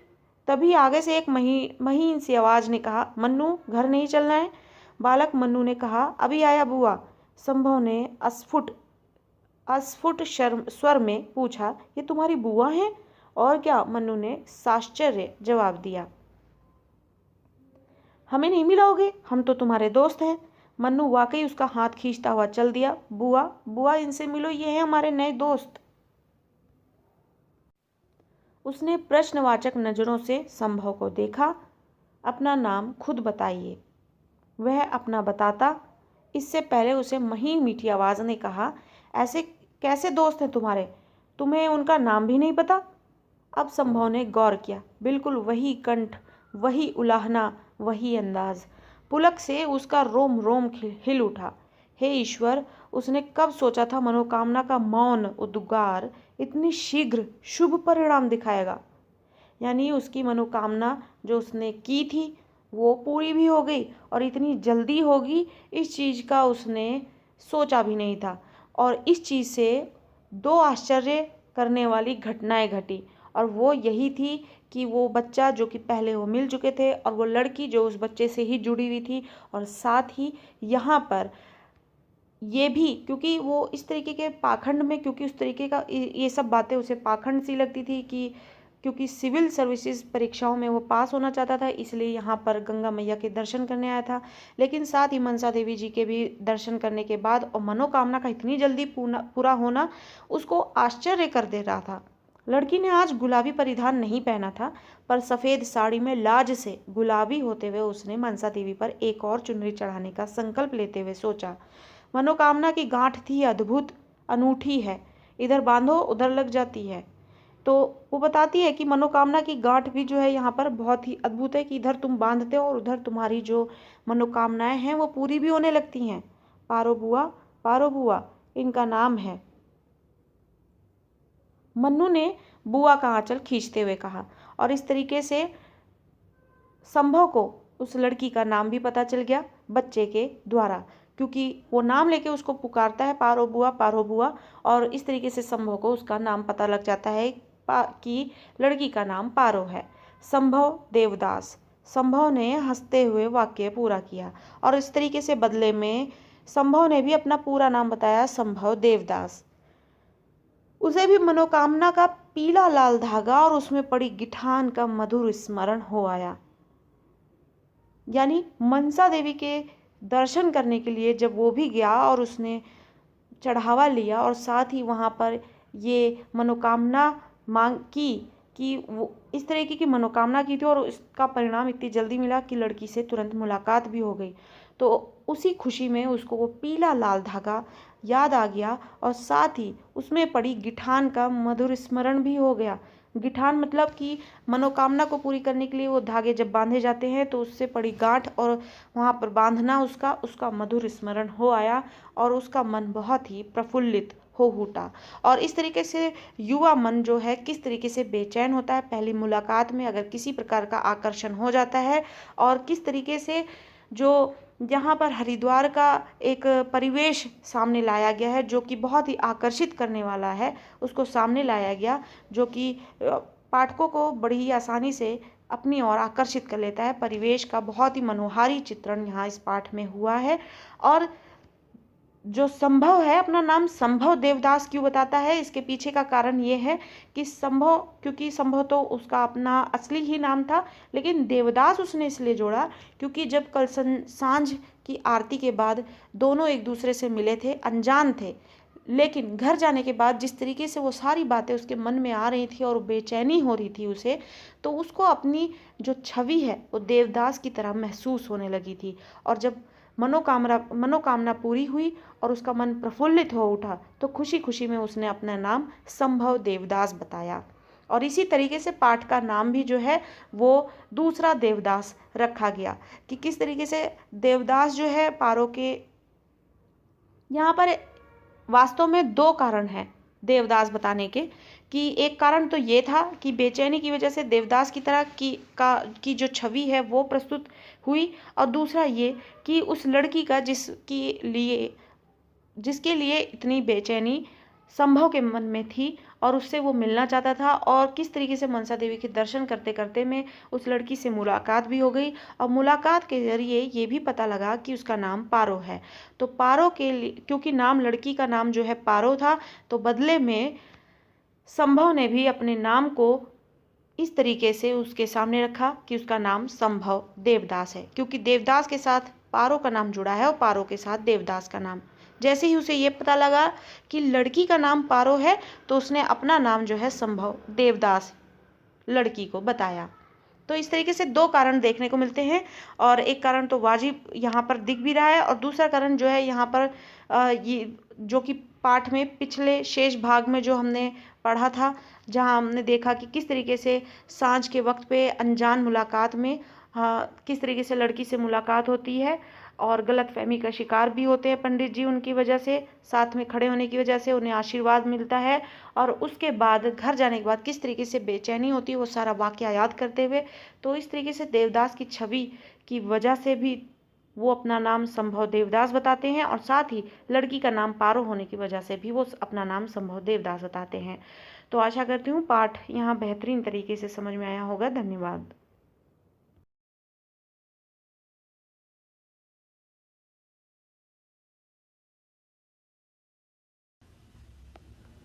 प्रश्न नंबर 1, संभव को दूसरा देवदास क्यों कहा गया है?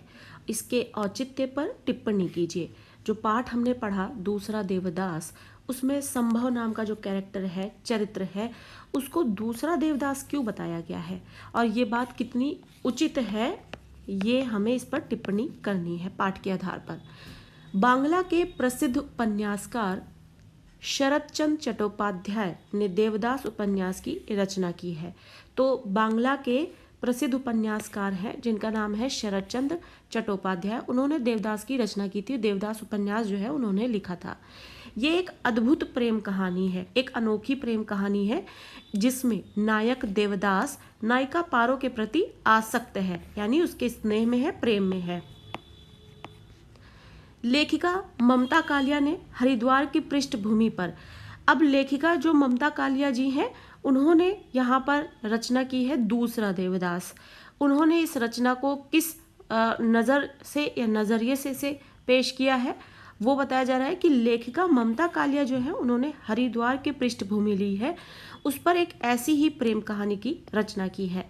तो उन्होंने यहाँ पर हरिद्वार की पृष्ठभूमि दिखाई है, यानी हरिद्वार से जुड़ी हुई ये कहानी है, और ऐसी ही एक प्रेम कहानी लेकर ममता कालिया जी आई हैं। जैसे कि शरतचंद्र चट्टोपाध्याय ने बांग्ला के जो प्रसिद्ध उपन्यासकार हैं उन्होंने एक देवदास उपन्यास की रचना की है, उससे संबंधित आपने फिल्म भी देखी है, इसलिए ज़्यादातर लोग देवदास के कैरेक्टर से संबंधित बहुत सी जानकारी रखते हैं।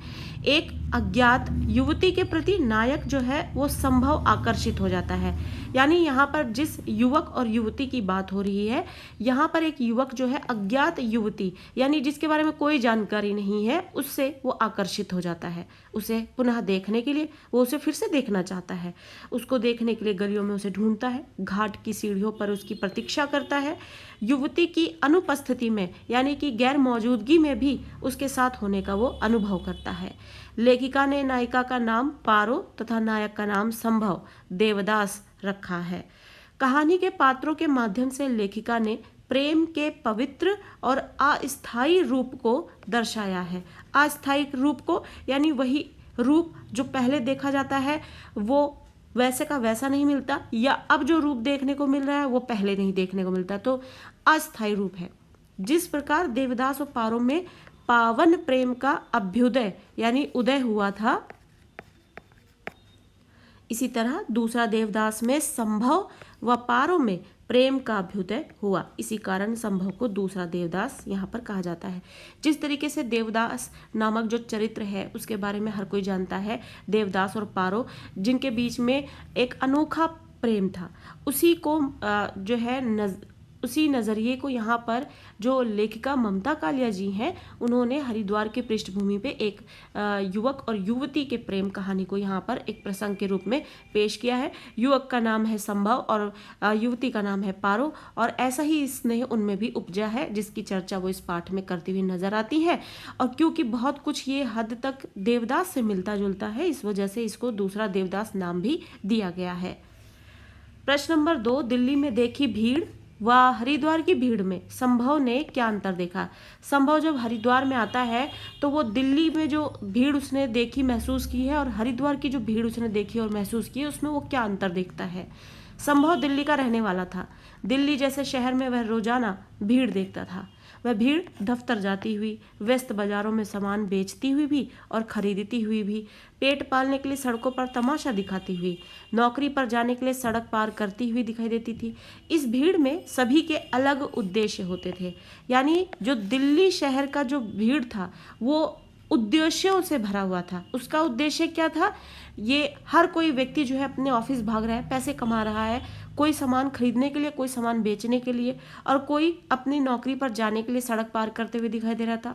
और इन सभी भीड़ में सभी के अलग अलग उद्देश्य थे और सभी अपने उद्देश्य की पूर्ति के लिए घर से बाहर मंजिल पर पहुंचने के लिए निकलते थे। लेकिन हरिद्वार की भीड़ का जो अंदाज है वो निराला था।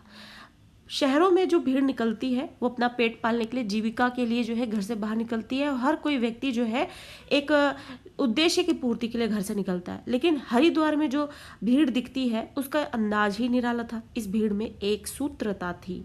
यहाँ जाति व भाषा का महत्व नहीं था, सबका उद्देश्य समान था। हरिद्वार में जो दिखने वाली भीड़ है उस भीड़ में हर एक व्यक्ति का सिर्फ एक उद्देश्य था। शहरों में निकलने वाली भीड़ का तरह तरह का उद्देश्य है। हर कोई अपनी अपनी ज़रूरतों को पूरा करने के लिए शहरों में इधर से उधर निकल रहा है, भाग रहा है, दौड़ भाग में जीवन उसका व्यस्त है। लेकिन जो हरिद्वार है उसमें जो भीड़ दिख रही है उस भीड़ का प्रत्येक व्यक्ति जो है एक ही उद्देश्य के लिए इधर उधर भटक रहा है या फिर घूम रहा है या उसी एक उद्देश्य के लिए निकला है। और सभी के उद्देश्य जो है समान है, जीवन के प्रति कल्याण की कामना थी। इस भीड़ में किसी प्रकार की दौड़ नहीं थी। अनोखी बात यह थी कि कोई भी स्नानार्थी किसी सैलानी आनंद में डुबकी नहीं लगा रहा था, बल्कि स्नान से ज़्यादा समय ध्यान में ले रहा था। आप सभी जानते हैं हरिद्वार में लोग जो है गंगा स्नान के लिए और घूमने के पर्पस से जाते हैं, तो ऐसी ही भीड़, सबका एक ही पर्पस था वहाँ पर। प्रश्न नंबर 3, चढ़ावा चढ़ाने के बाद भी संभव पुजारी के पास क्यों खड़ा रहा। अब सभी जानते हैं कि पूजा पाठ के बाद किस तरीके से लोग प्रसाद चढ़ाते हैं, चढ़ावा चढ़ाते हैं और उसके बाद फिर वो अपने रास्ते निकल जाते हैं। लेकिन यहाँ पर जब हम पाठ पढ़ते तो देखते हैं कि संभव जो है वो पुजारी से चढ़ावा चढ़ा तो देता है, लेकिन फिर भी उसके बाद भी वो पुजारी के पास ही खड़ा रहता है। इसके पीछे का क्या कारण है? गंगा में स्नान करने के उपरांत संभव घर लौटने को था, परंतु मंदिर के पुजारी ने उसे मंदिर में दर्शन करने के लिए पुकार लिया। संभव को उसकी नानी ने मंदिर में 20 आना चढ़ाकर आने के लिए कहा था। अपनी नानी की इच्छा पूरी करने के लिए वह मंदिर की ओर बढ़ा, परंतु उसके पास चवन्नी नहीं थी।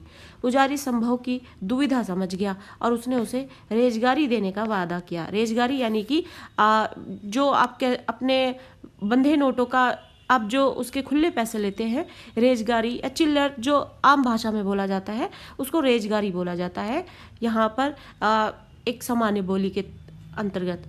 तो रेजगारी उसे देने का वादा किया पुजारी ने, क्योंकि उसके पास चवन्नी नहीं थी तो पुजारी ने कहा कि वो उसको रेजगारी दे देगा। संभव ने ही उसे 2 रुपये का नोट दे दिया।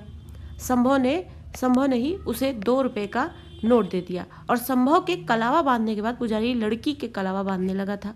पुजारी पैसे लौटाने की बात भूल चुका था। संभव इंतजार में खड़ा था कि पुजारी उसे उसके बाकी के पैसे लौटाएगा। तो जब संभव के पास खुले पैसे नहीं थे, तो पुजारी ने उसे खुले पैसे देने का वादा किया और हाथ में कलावा बांधता है, लेकिन साथ में ही एक लड़की थी जिसको कलावा वो बांधने लगे पंडित जी, और उसके बाद वो उसको उसके पैसे, बचे हुए पैसे देना भूल गए। इसलिए संभव जो है वहाँ इंतजार में पुजारी के पास खड़ा रह गया। प्रश्न नंबर 4, उस छोटी सी मुलाकात ने संभव के मन में क्या हलचल उत्पन्न कर दी, इसकी सूक्ष्म विवेचना कीजिए। बारीकी से इस बारे में हमें बात बतानी है कि संभव जब उस युवती से एक छोटी सी मुलाकात करता है तो उसके मन में क्या हलचल, यानी उसने क्या महसूस किया, तो उसके बाद उसको क्या अलग महसूस हुआ, तो इस चीज़ की चर्चा जो पाठ में बताएगी उसके अनुसार हमें करना है। उस अनजान लड़की के साथ छोटी सी मुलाकात से संभव के मन में हलचल उत्पन्न हो गई। संभव का मन बेचैन हो गया। उसने उस लड़की को देखने के लिए उन गलियों की ओर गया जिधर वह लड़की गई थी, पर उसे सफलता नहीं मिली। तो क्या होता है कि वो उस लड़की को देखता है, उसके मन में हलचल सी उत्पन्न होती है और उसके मन में बेचैनी आती है, फिर वो सोचता है कि उसको उस लड़की से मिलना है, बातें करनी है, इसलिए उस लड़की के पीछे निकल जाता है जहाँ वो लड़की उन गलियों में जाती है, लेकिन फिर उसे सफलता नहीं मिलती इस बात में। संभव को रात में ठीक से नींद भी नहीं आई। अगले दिन वह शाम की आरती की प्रतीक्षा करता रहा जिसमें शामिल होने की बात कहकर लड़की गई थी।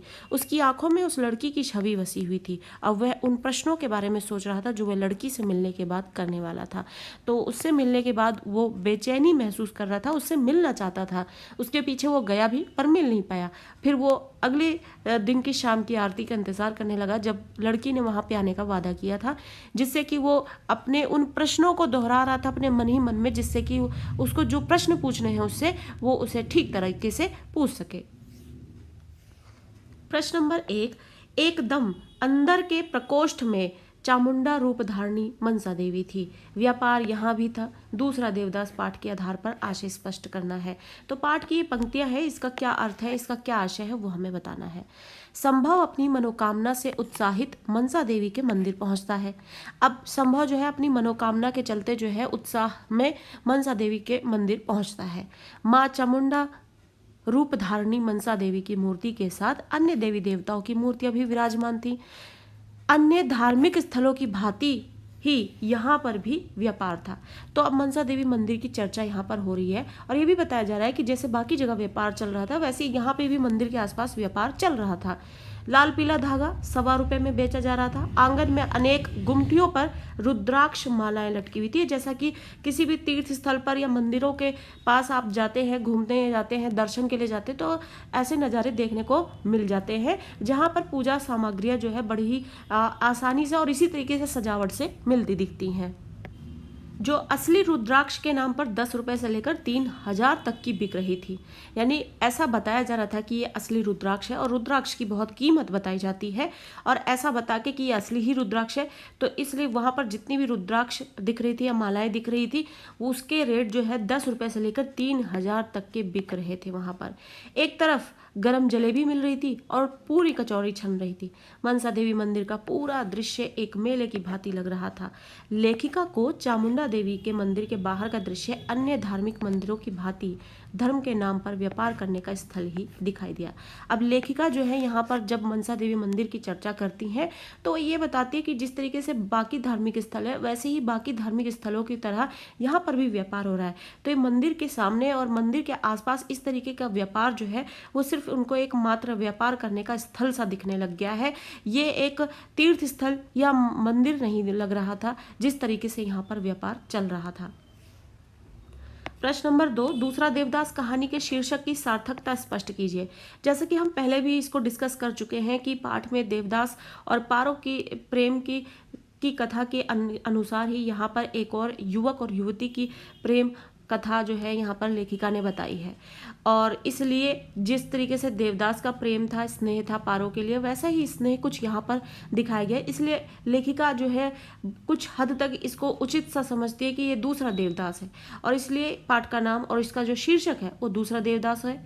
तो देखते हैं यहाँ पर और भी उत्तर में हमें कौन कौन से रीज़न बताने हैं जिससे कि हम ये बात साबित कर सके कि ये उचित है कि पाठ का नाम दूसरा देवदास जो है बिल्कुल सही है। किसी भी साहित्य रचना का शीर्षक रचना के मुख्य पात्र, घटना या कथा वस्तु पर आधारित होता है।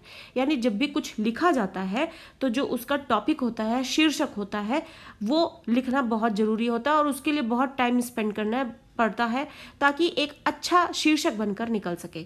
अब वो किस पर बेस्ड होते हैं, या तो पात्रों पे होते हैं, कैरेक्टर्स पे, घटना पे होता है, या फिर कथा वस्तु पर आधारित होता है। दूसरा देवदास कहानी का जो मुख्य पात्र है वो कौन है, संभव है, जो कि नायक है इस पाठ का, जो हरिद्वार की हर की पौड़ी पर एक अज्ञात युवती के प्रति आकर्षित हो जाता है। उसे पुनः मिलने के लिए हरिद्वार की गलियों में घूमता भी है। अगले दिन घाट पर उसकी प्रतीक्षा भी करता है। मन्नत मांगने के लिए मनसा देवी के मंदिर तक भी पहुंच जाता है। जब वह उससे मिलती है तो संभव को जानकारी होती है, पता चलता है उसे कि वह उस बच्चे की बुआ है जो उसे हर की पौड़ी पर मिला था।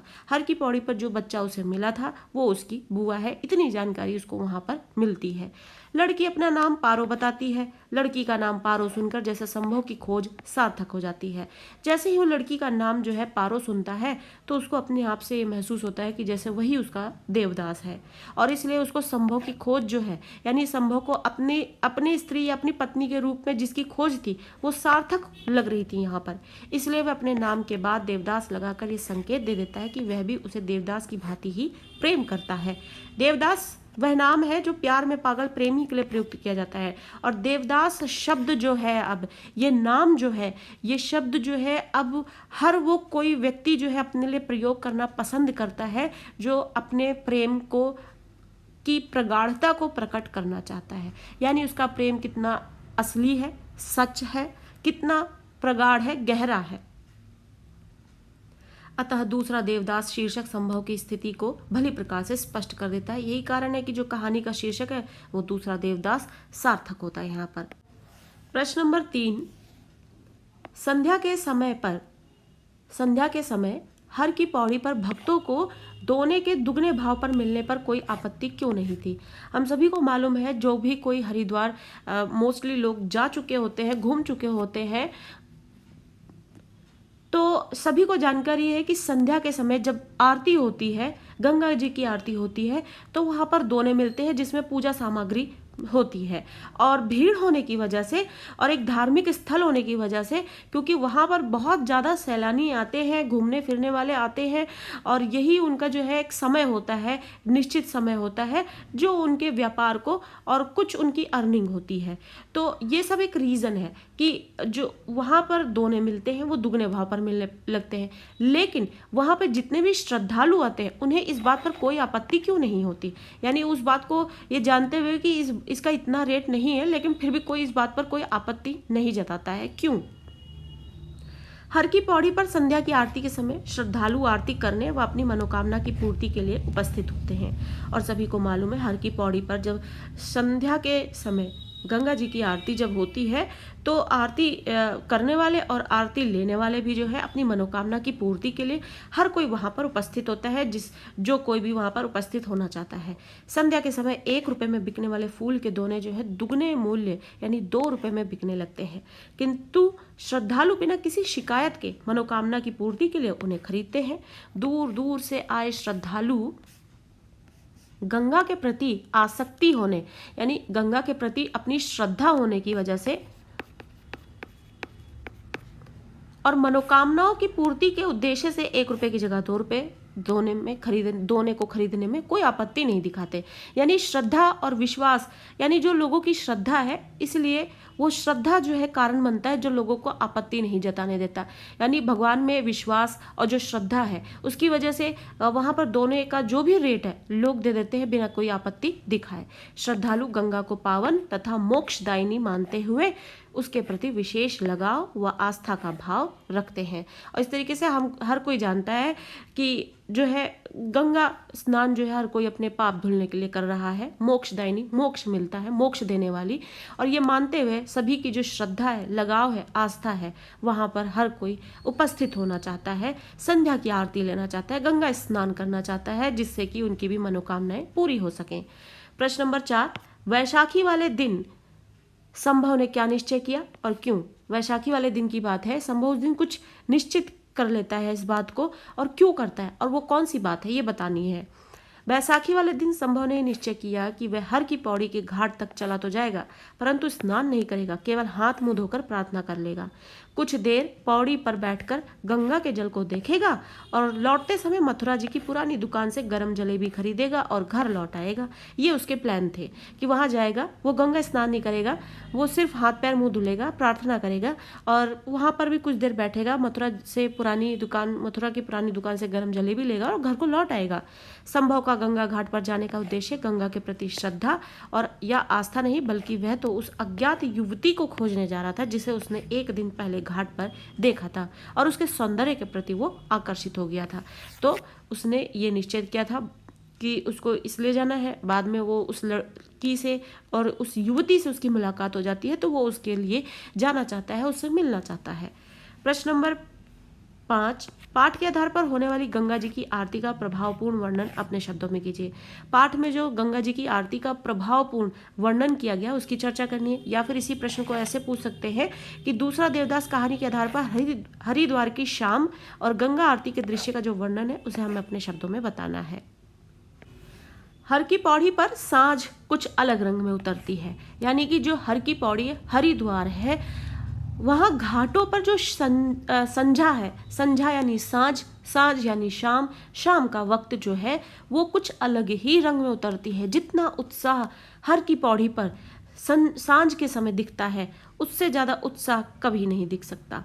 तो यहाँ पर यही बताया जा रहा है कि जो हर की पौड़ी है वहाँ पर सांझ जो कुछ अलग रंग में उतरती है, अलग रंग में मतलब बहुत ज़्यादा उत्साह से भरी हुई और बहुत ज़्यादा श्रद्धा से भरी, विश्वास से भरी। दिया बाती के समय आरती की बेला होती है। गंगा सभा के स्वयं सेवक जो होते हैं वो खाकी वर्दी में मुस्तैदी से घूम रहे होते हैं और वहाँ सुरक्षा की तैनाती के लिए जो है आप जानते हैं भीड़ है, भीड़ में बहुत कुछ गलत भी हो सकता है, तो इसकी वजह से वहाँ पर तैनाती भी रहती है जिससे कि लोगों की सुरक्षा का भी ख्याल रखा जा सके।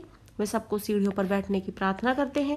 पीतल की नीलांजलि में सहस्र बातियाँ घी में भिगोकर रखी जाती हैं और आप सभी ने देखा होगा जो आरती करने का जो उनका जिसमें वो आरती करते हैं वो कितनी बड़ी आरती होती है जिसमें बहुत सारे दिए होते हैं। तो पीतल की नीलांजलि होती है, उसमें सहस्र बातियाँ होती हैं और उसको उसमें घी में भिगोकर रखा जाता है। आरती से पहले स्नान और हर गंगा के नारे सुनाई देते हैं। यकायक सहस्र दीपक जल उठते हैं और एकदम से हजारों और कई हजारों जो दीप है वहाँ पर जल उठते हुए दिखाई देते हैं। पंडित अपने आसन से उठ खड़े होते हैं, हाथ में अंगोछा लपेटकर पंचमंजली यानी वो पंचमंजली जो नीलांजलि है यानी जिसमें दिया जलाया जाता है उसको पकड़ते हुए आरती शुरू कर देते हैं और घंटा घड़ियाल बजने लगता है। मनौतियों के दिए लिए हुए फूलों की छोटी छोटी किश्तियाँ गंगा की लहरों पर इठलाती हुई आगे बढ़ती हैं। पानी पर सहस्र बाती वाले दीपकों की प्रतिछाया झिलमिलाती दिखाई देती है। पूरे वातावरण में अगरू चंदन की दिव्य सुगंध फैल जाती है। आरती के बाद संकल्प और मंत्रों का उच्चारण होता है, उसकी बारी आती है। भक्त आरती लेते हैं और चढ़ावा चढ़ाते हैं। इस पूरे दृश्य को देखकर ऐसा प्रतीत होता है मानो गंगा जो है वो श्रद्धालुओं को चिरंजीव रहने का आशीर्वाद दे रही हो। तो ये होता है शाम के वक्त पर गंगा आरती को देखने के लिए श्रद्धालुओं की जो भीड़ होती है, उनकी जो आस्था होती है, जो उनकी श्रद्धा होती है, वो इस तरीके से वहाँ पर देखने को मिलती है। प्रश्न नंबर 6, हे ईश्वर, उसने कब सोचा था कि मनोकामना का मौन उद्गार शीघ्र शुभ परिणाम दिखाएगा? यानी मनोकामना का मौन, मनोकामना यानी मन में जो इच्छा थी वो शांत थी, मुख पर तो नहीं आई थी, किसी को बताया नहीं था। उसका जो इतना आप कह सकते हैं कि तीव्रता से उसका ये सोचना कि ये चीज़ जल्दी हो जाए। आपके मन में कोई भी इच्छा है, मनोकामना, आप सोचते जितना जल्दी हो जाए उतना ही इच्छा है, तो उसकी जो शीघ्र शुभ परिणाम दिखेंगे, इतनी जल्दी और अच्छे परिणाम दिखेंगे, इसकी उम्मीद नहीं की गई थी। तो इसका हमें पाठ के आधार पर आशय स्पष्ट करना है। प्रस्तुत पंक्ति में कथानायक संभव जो है मन ही मन ईश्वर को धन्यवाद देता है कि उसे यह यकीन ही नहीं था कि मौन रूप से ईश्वर के सामने हृदय की भावनाओं की अभिव्यक्ति इतनी जल्दी पूरी हो जाती है। यानी कि मन ही मन में जब आप ईश्वर से बातें करो, अपने हृदय की बातें, भावनाओं को अभिव्यक्त करो, तो वो इतनी जल्दी पूरी हो जाती है। संभव को इस बात का बिल्कुल भी अंदाजा नहीं था। संभव उस अज्ञात युवती से मिलने की इच्छा मन में रखकर मनसा देवी मंदिर में मनोकामना मांगता है और जैसे ही वह मंदिर से बाहर रोपवे के पास आता है वहाँ उसे वह युवती दिखाई दे जाती है। वह अचंभित यानी हैरान है कि कोई भी मनोकामना का फल इतनी शीघ्र प्राप्त हो जाता है। उसने ऐसी कल्पना कभी नहीं की थी कि मनसा देवी उसके हृदय के भावों को समझकर इतनी शीघ्र मुलाकात उसकी करा देंगी। और इस तरीके से लोगों का जो विश्वास है यहाँ पर उसका भी पता लग रहा है कि उनका विश्वास क्यों है, क्योंकि उनको ऐसा लगता है कि उनकी जो मनोकामनाएं हैं वो इसी तरीके से ईश्वर जो है सुनते हैं और तुरंत पूरी कर देते हैं।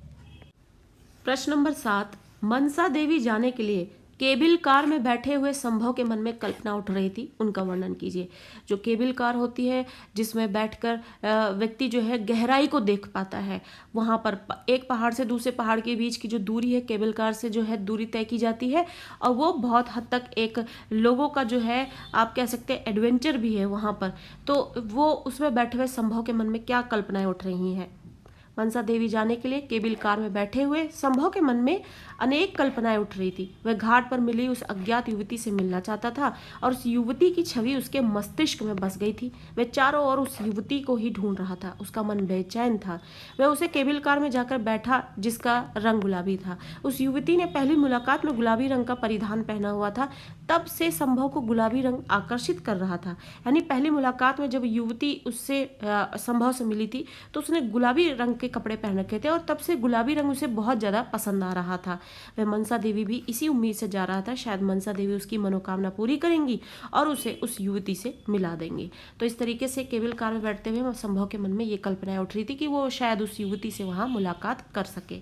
प्रश्न नंबर 8, गंगा पुत्र के लिए गंगा मैया की जीविका और जीवन है। गंगा पुत्र के लिए गंगा जो है गंगा मैया की जीविका और जीवन है। इस कथन के आधार पर हमें गंगा पुत्रों के जीवन परिवेश की चर्चा करनी है।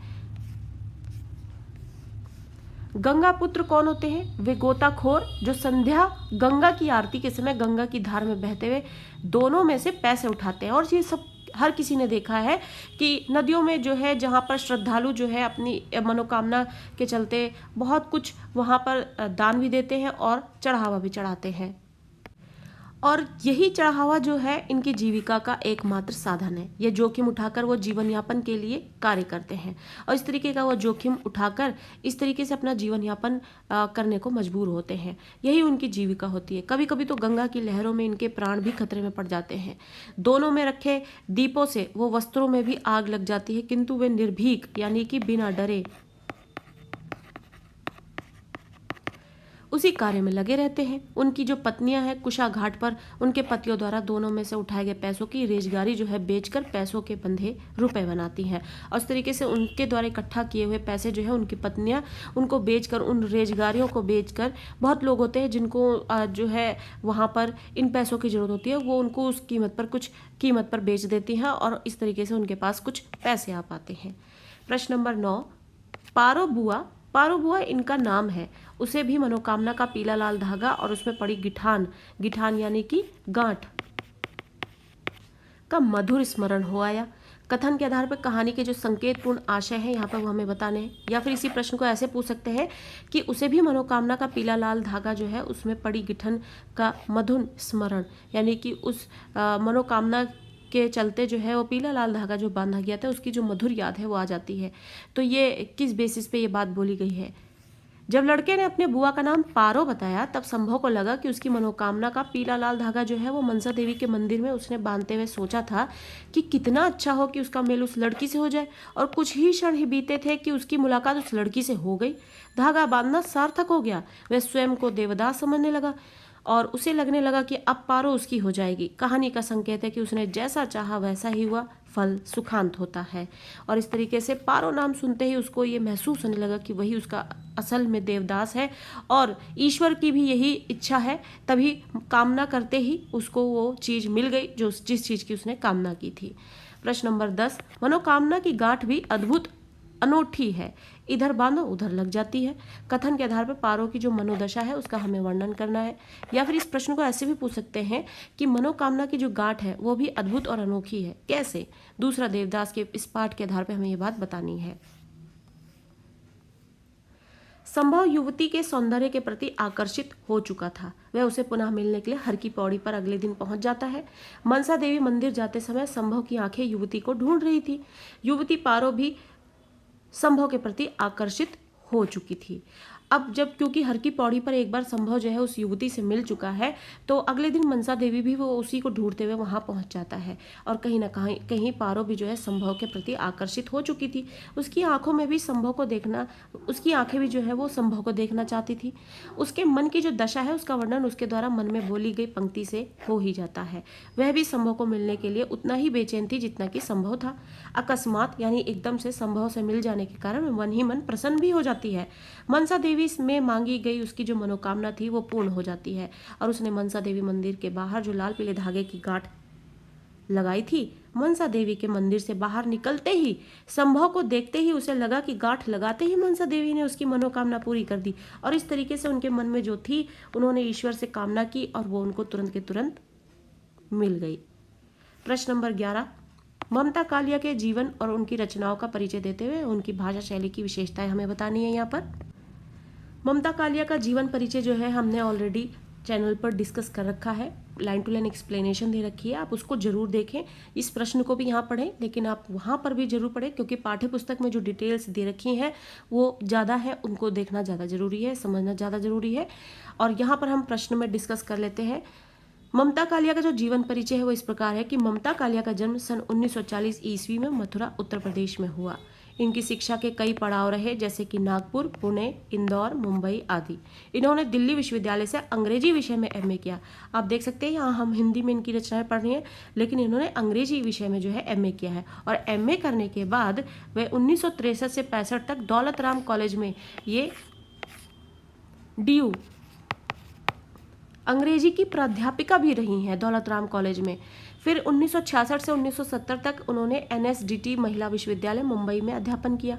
फिर 1973 से 2001 तक महिला सेवा सदन डिग्री कॉलेज इलाहाबाद में प्रधानाचार्य रहीं, यहाँ पर प्रिंसिपल रहीं वो। फिर सन 2003 से 2006 तक भारतीय भाषा परिषद कोलकाता की वो निर्देशक रहीं। वर्तमान में वो दिल्ली में रहकर स्वतंत्र रूप से लेखन का कार्य भी कर रही हैं। स्वतंत्र रूप से यानी किसी आप कह सकते हैं कि डील के तहत लेखन कार्य नहीं हो रहा, वो अपनी मर्जी से स्वतंत्र होकर स्वतंत्र रूप से लेखन कार्य कर रही हैं।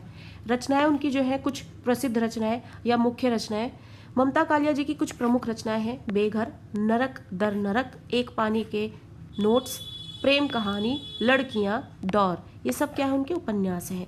उनके 12 कहानी संग्रह प्रकाशित है। 12 कहानी संग्रह हैं उनके, सिर्फ 12 कहानियां नहीं है, कहानी संग्रह है जो संपूर्ण कहानियां नाम से 2 खंडों में प्रकाशित है। अभी हाल ही में उनके 2 कहानी संग्रह और भी प्रकाशित हुए हैं। 25 साल की लड़की, थिएटर रोड के कौवे, ये 2 उनकी जो है अभी मतलब जो उन्होंने रचनाएं की है उसके बहुत बाद में जाकर जो है वो रचनाएं प्रकाशित हुई हैं। भाषा शैली जो है इनकी, इसकी कुछ 2 यहाँ पर विशेषताएं हैं मेन।